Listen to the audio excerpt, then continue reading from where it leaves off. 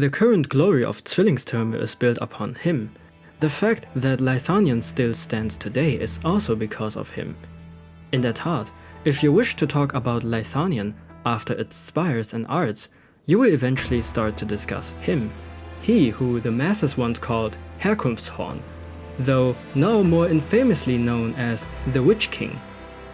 Today, we will discuss the rise and fall of the Witch King, from how he was first considered as Leithanien's savior, its greatest ruler yet, to how he became feared as the worst tyrant in Leithanian history.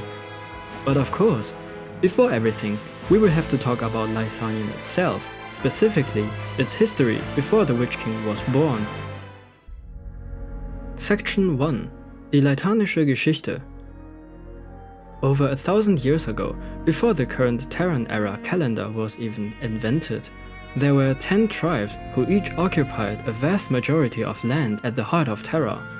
The land bordered the Pegasus Kingdom to the northwest, the Hippogrific Empire to the north, and ancient Castel to the east. The valleys and plains scattered among the mountains were the places occupied by these early tribal civilizations. The earliest towns originated here, and the first nomadic cities also emerged in this area as well. Among the 10 tribes who lived in these mountainous regions, there was a tribe of Caprini who were blessed with powerful originium arts. They integrated what they considered the most powerful medium, sound, into their arts, using it as a carrier for their spells, and they constantly continued to improve their craft. In such an atmosphere of study, arts and culture activities related to music were born, which impressed the other tribes and caused the members of other regions to converge, save for the Syracusan region. However, the 10 tribes, including the tribe of the Syracusan region, eventually decided to bond together in order to defend themselves against the threat of Castel in the east. Witnessed by an all-powerful immortal caster, sages from the various tribes came together and formed a pact called the Güldenes Gesetz, marking the founding of the Empire of Leithanien, with the head of the Caprini tribe as its first Kaiser. True to its name, the Güldenes Gesetz was a musical arrangement, a symphony made up of 3 different movements. Jedoch, the Güldenes Gesetz was also beyond just a mere score, and it also laid out the foundation of all succeeding laws of Leithanien. According to the pact, Leithanien would be divided into 10 Kreise. Except for Kreis Syracusa, each Kreis would be ruled by a Kurfürst, and the Kurfürsten would also elect the Kaiser from among themselves. Still, for centuries to come, the Kurfürsten would suppress the Kaiser's authority and become thorns to the empire. Now, after the newly established Leithanian Empire accomplished its goal to resist the foreign invaders, the empire began to develop rapidly at the center of Terra. In the 5th century, when the liches of the Sarkas arrived in Leithanien to teach its inhabitants originium arts, the empire flourished even more rapidly. During this period of time, the Leithanian citizens, with their passion for both arts and music, eventually birthed a unique form of originium arts that broke traditional convention by combining it with their own orchestrations. Meanwhile, the Leithanian nobles possessing advanced originium arts and a deep understanding of Leithanien's culture began to establish academic and educational institutions in their territories, disseminating their knowledge and exploring new and unknown fields. These institutions commonly existed in the form of spires, and the first noble to establish such a spire was Ludwig von Urtica, a Kurfürst von Kreis Einwald. It is said that before Ludwig established his own spire as the first university, all knowledge was locked away by the powerful within the spires. His institute, which was called Ludwigs Universität, still remains as Leithanien's top university even until today. With Kurfürsten Ludwig's efforts, Leithanien's originium arts gradually became more advanced and widespread among the empire's citizens, während their talent in originium arts did not seem to have been enough to eliminate the lurking dangers both within and outside the empire. As the empire developed, Leithanien faced constant friction with its neighboring countries.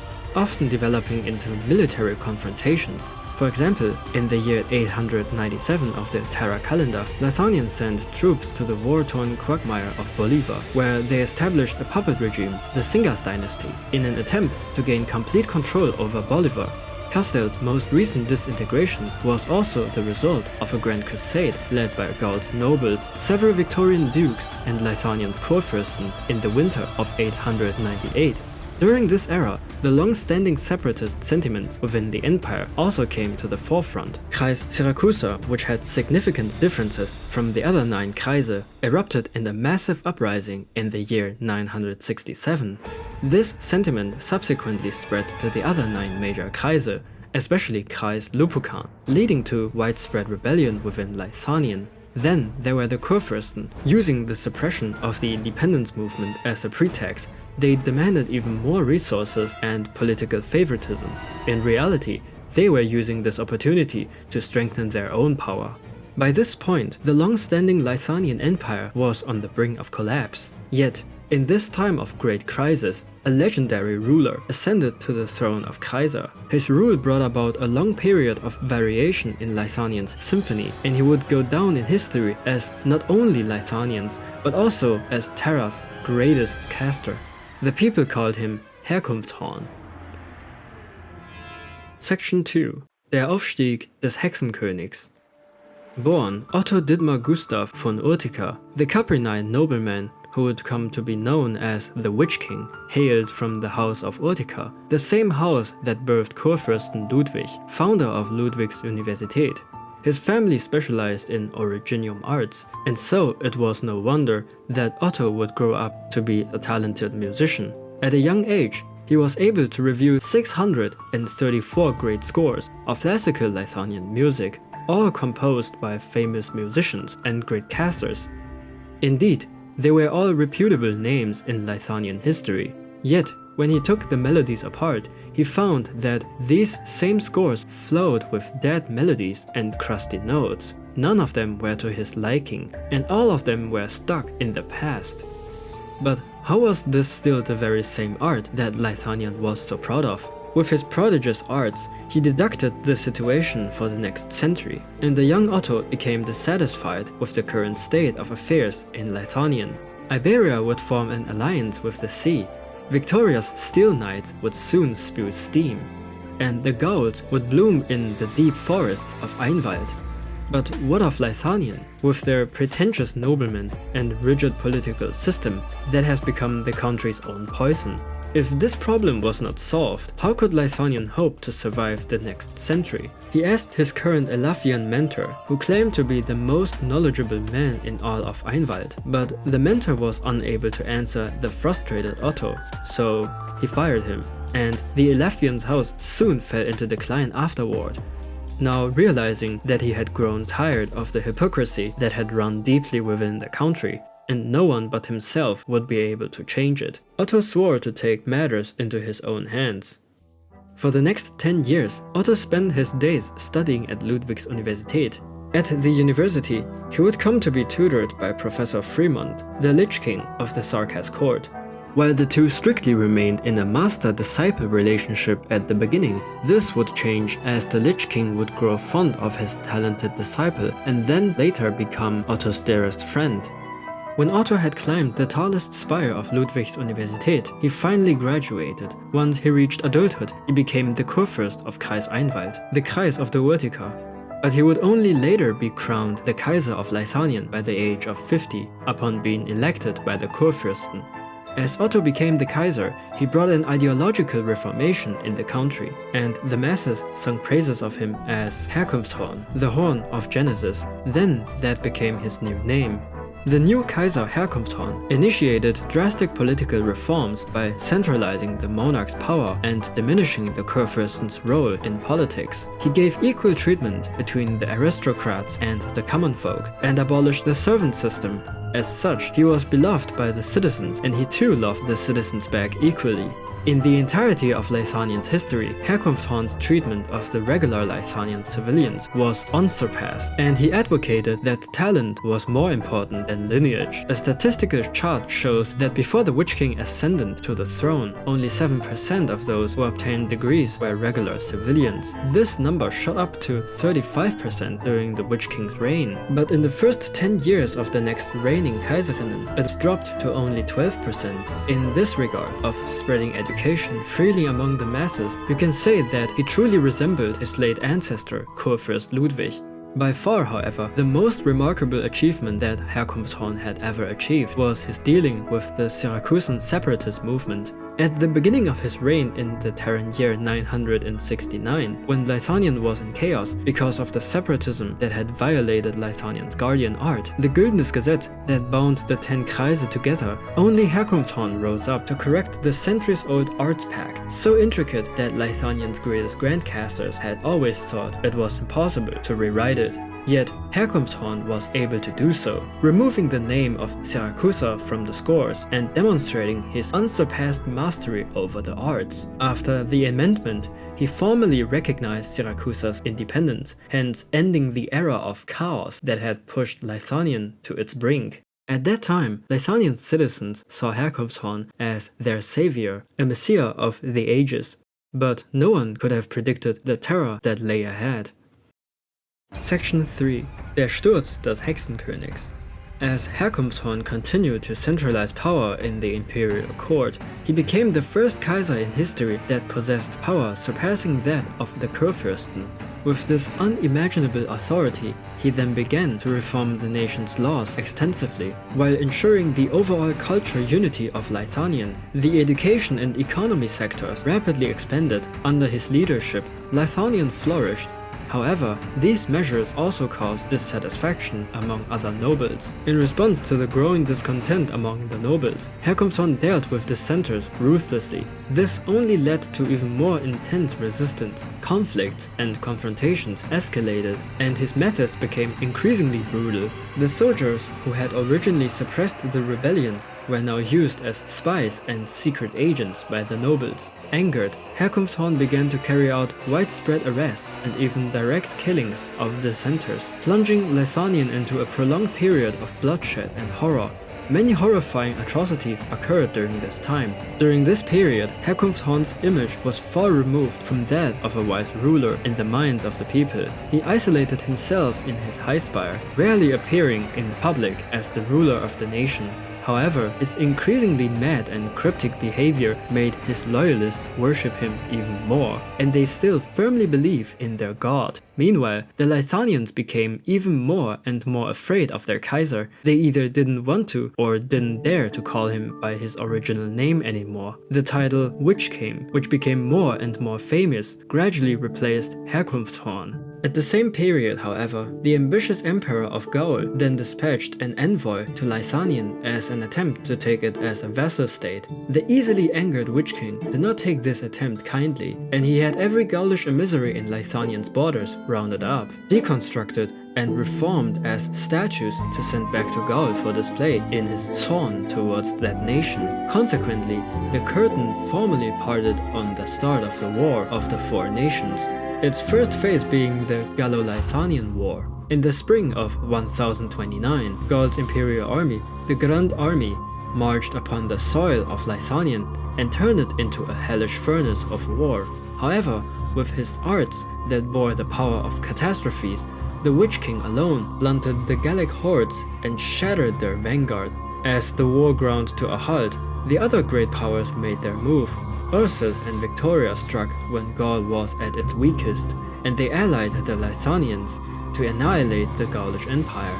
Of course, Leithanion's Witch King stood at the very forefront during this battle. His fearsome arts earned him the infamous reputation of being the greatest caster that Terra had ever witnessed. The War of the Four Nations, which had shaken the entire continent of Terra, eventually came to an end on October 21, 1031. By the historians of today, it is considered as one of Terra's most significant and tragic events, which has led to the fall of the Gaulish Empire. The war had claimed millions of lives as the corpses and soldiers from various countries flooded the battlefield. Although Leithanion won the war, the country, which was the main battleground, suffered severe damage. However, instead of overseeing the recovery of the country, the Witch King intensified his tyranny. With no one capable of opposing his power and authority after the war, the Witch King was Leithanion's uncontested monarch.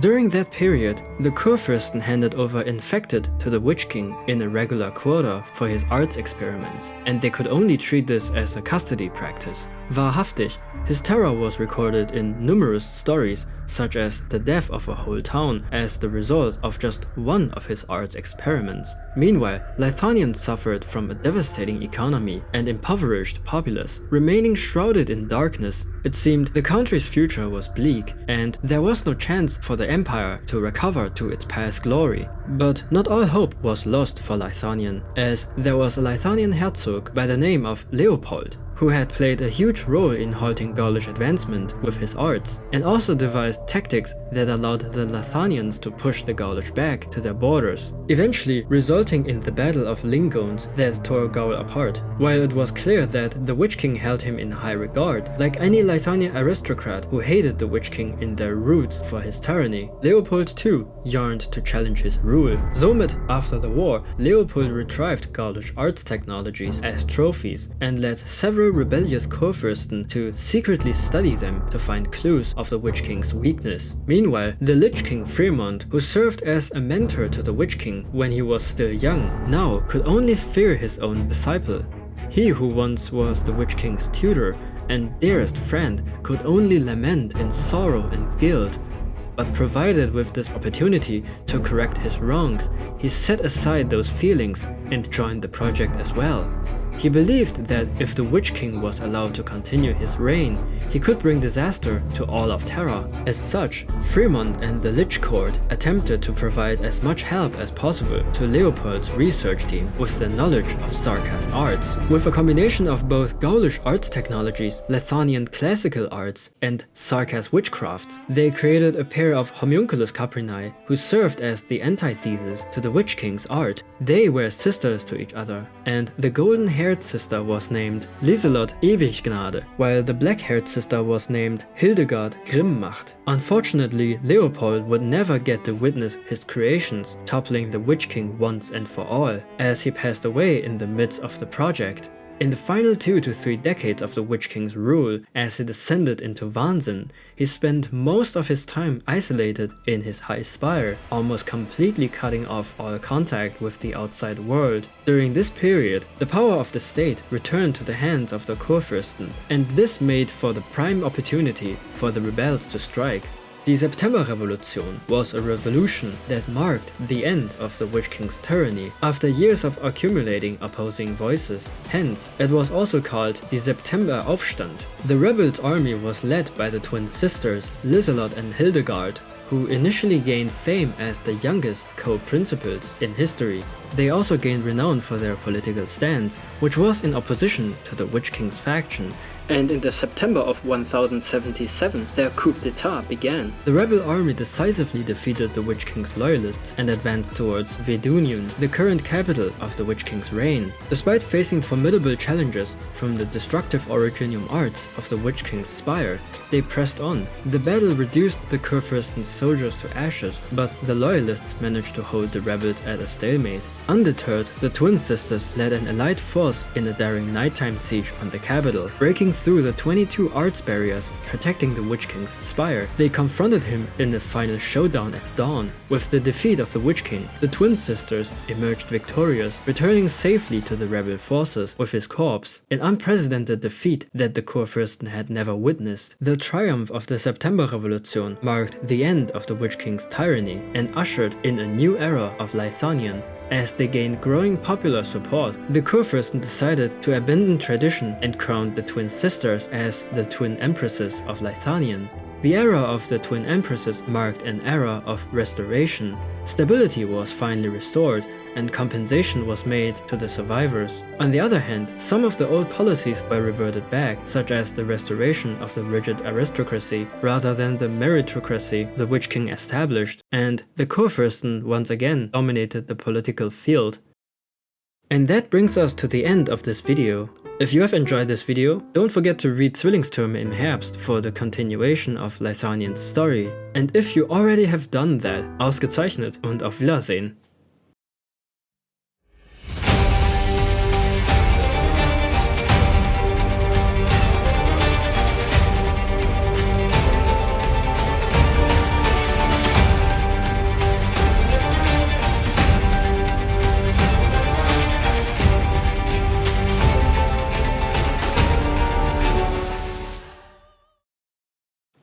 I know what you want to hear from me.